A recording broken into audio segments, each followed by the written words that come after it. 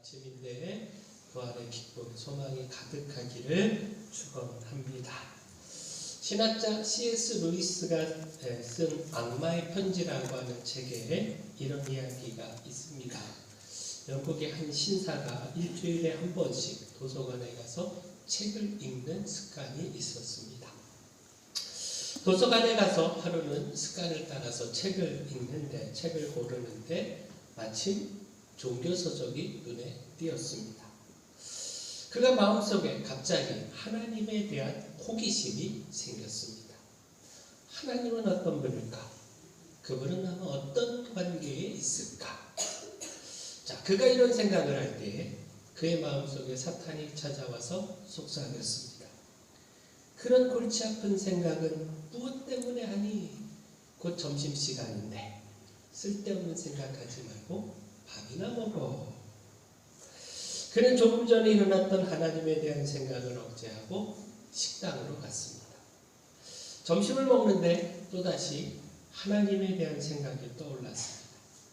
그러나 또 사탄이 그의 마음속에 속삭였습니다. 밥 먹는데 소화 안 되게 뭘 그렇게 골똘히 생각해? 우선 밥이나 먹고 생각해. 식사를 끝내고 하나님에 대하여 생각에 깊이 잠기려고 하는데 사탄이 또 방해를 했습니다. 그런 생각은 한가할 때 해도 되잖아. 오늘 집에 가서 할 일도 많은데 그 생각은 다른 날 하라고. 결국 그 신사는 하나님에 대해 아무런 지식도 얻지 못한 채 도서관을 나왔습니다. 사탄은 집으로 돌아가고 있는 신사의 뒷모습을 보며 미소를 띄었습니다. 자, 결국 무엇입니까? 이것이 사탄의 전략입니다. 다음으로 또 다음으로 미루게 하는 전략. 굳이 오늘 지금 할 필요 없다라고 생각하게 하는 전략. 하나님보다 더 중요한 일이 있다라고 생각하게 하는 전략. 그래서 결국에는 하지 못하게 하는 전략. 이것이 사탄의 전략입니다. 자, 이 전략을 알고 깨트리는 것, 사탄의 속삭임에 반대로 행동하는 것, 이것이 믿음에서 승리하는 길입니다. 하나님을 가까이 하는 것보다 더 우선될 수 있는 것은 아무것도 없습니다.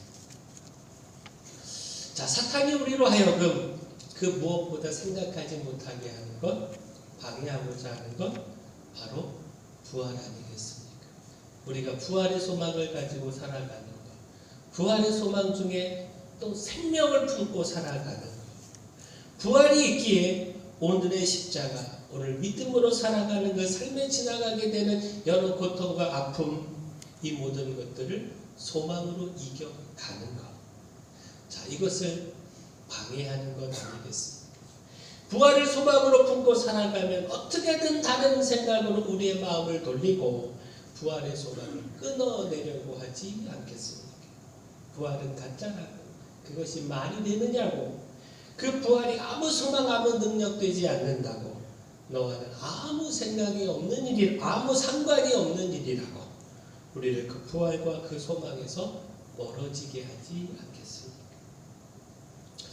오늘 우리가 부활주일로 예배를 드리지만 사실 모든 주일이 부활을 기념하는 날입니다. 초대교회가 안식 후 첫날에 모여서 예배한 것이요. 그래서 오늘 우리가 안식일 다음 날, 안식 후 첫날이 이 주일에 예배하는 것이 바로 주님의 부활심을 전하고 나누고 소망하는 것, 바로 이것 때문입니다.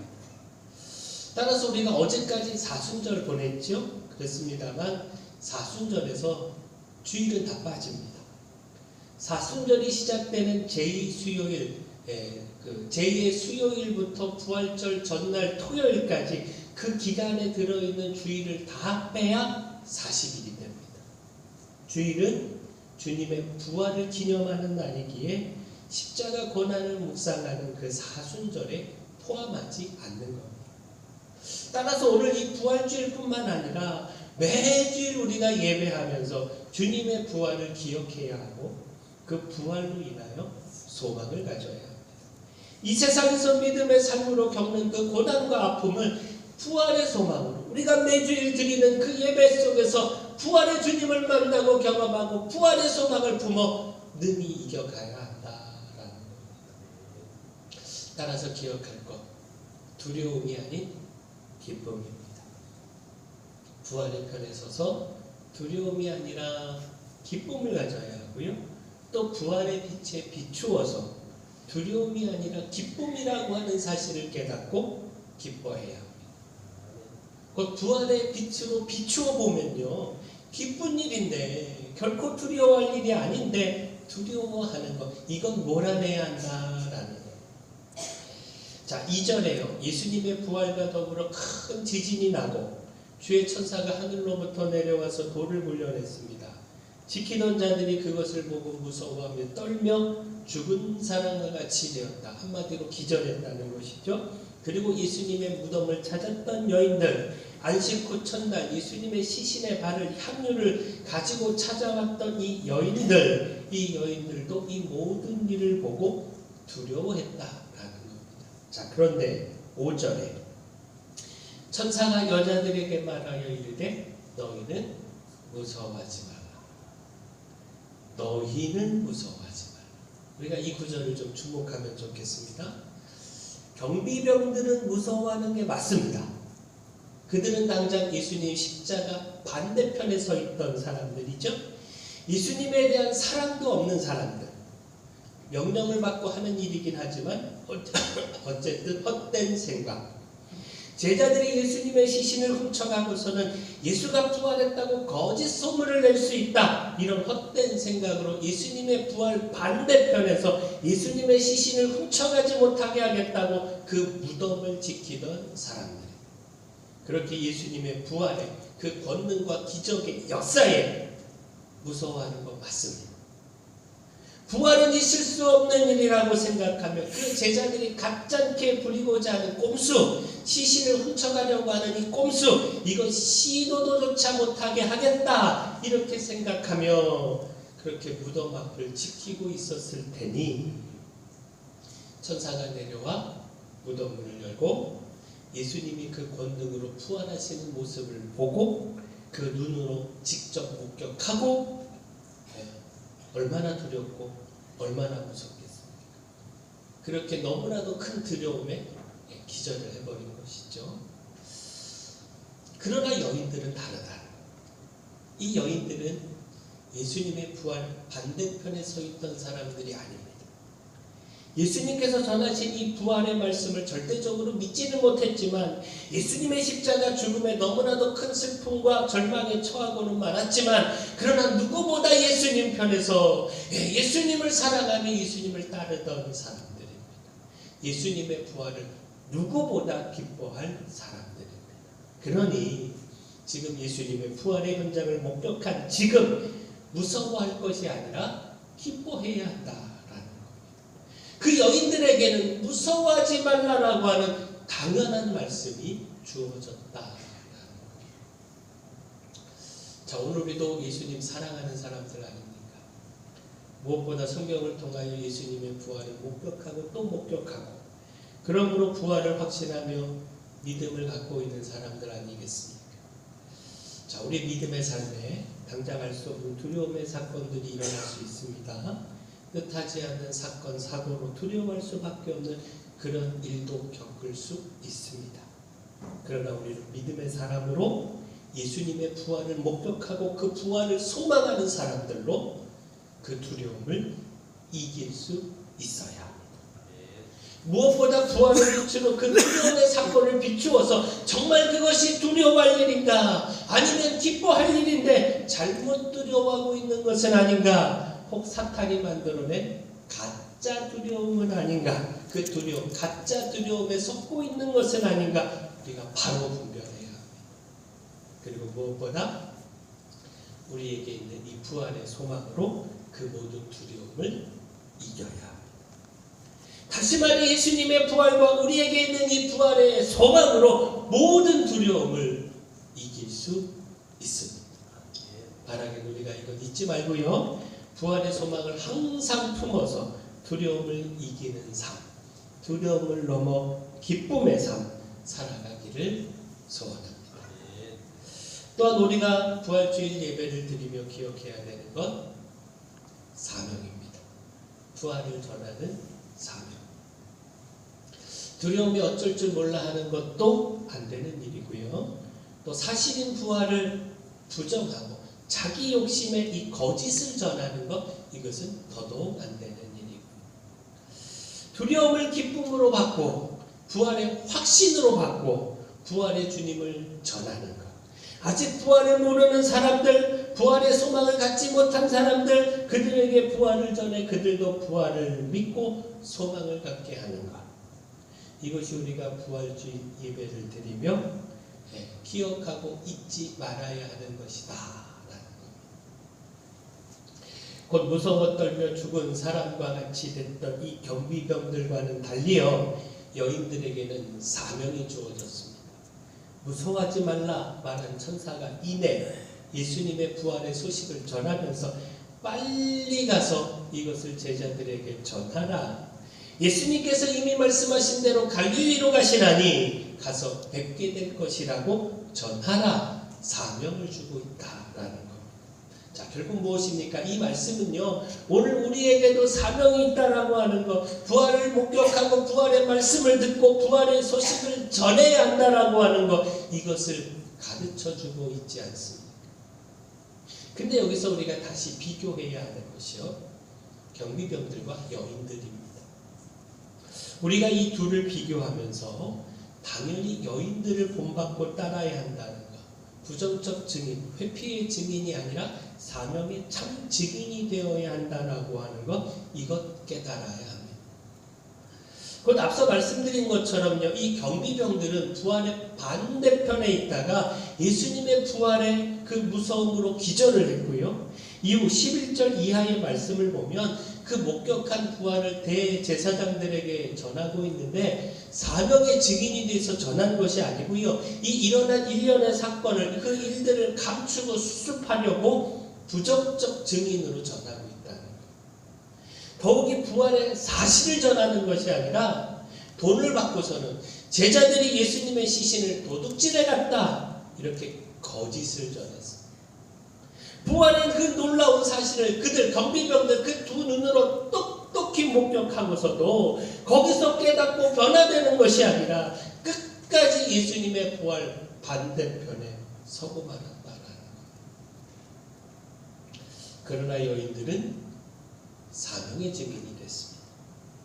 그 여인들이 목격한 사실뿐만 아니라 천사들이 전해준 이 부활의 소식을 그 명령대로 제자들에게, 그 이웃 주변 사람들에게 전했습니다. 부활의 목격자로서 참된 부활의 증인이 됐습니다. 자, 근데 주목할 말씀이요, 이 여인들이 가다가 예수님을 만났다는 겁니다. 부활하신 예수님께서 이 여인들을 만나주시고 다시 한번 부활의 사명을 주셨다라는 겁니다. 그 말씀을 한번 자세히 보시면요, 먼저 7절에 또 빨리 가서, 천사는 여인들에게 빨리 가라고, 빨리 가서 전하라고, 빨리 가서 제자들에게 이 부활의 소식을 전하라고 명령했습니다. 그리고 여인들도 그 명령을 따라서 8절에 빨리 무덤을 떠나 제자들에게 알리려고 다름질할세. 여인들도 빨리 전하려고 힘을 내서 달려갔습니다. 그런데 9절에 예수님께서 그 다름질하는 여인들 앞에 나타나 만나주시고 다시 한번 부활의 증인의 사명을 주셨습니다. 자, 그렇다면 무엇 때문이겠습니까? 빨리 가라고 해서 지금 빨리 가고 있는데 예수님께서 나타나 이 여인들을 멈추게 하신 이유, 부활하신 예수님께서 굳이 다시 한번 이 여인들을 만나주시고 부활의 사명을 전해주신 이유, 무엇 때문이겠습니까? 빨리 가라고 했으니까 빨리 가야 하는데 주님이 멈추신 이유. 8절에서 저는 답을 생각해 봤습니다. 자, 우리 8절 말씀 한번 하실까요? 우리 같이 한번 읽어보겠습니다. 시작.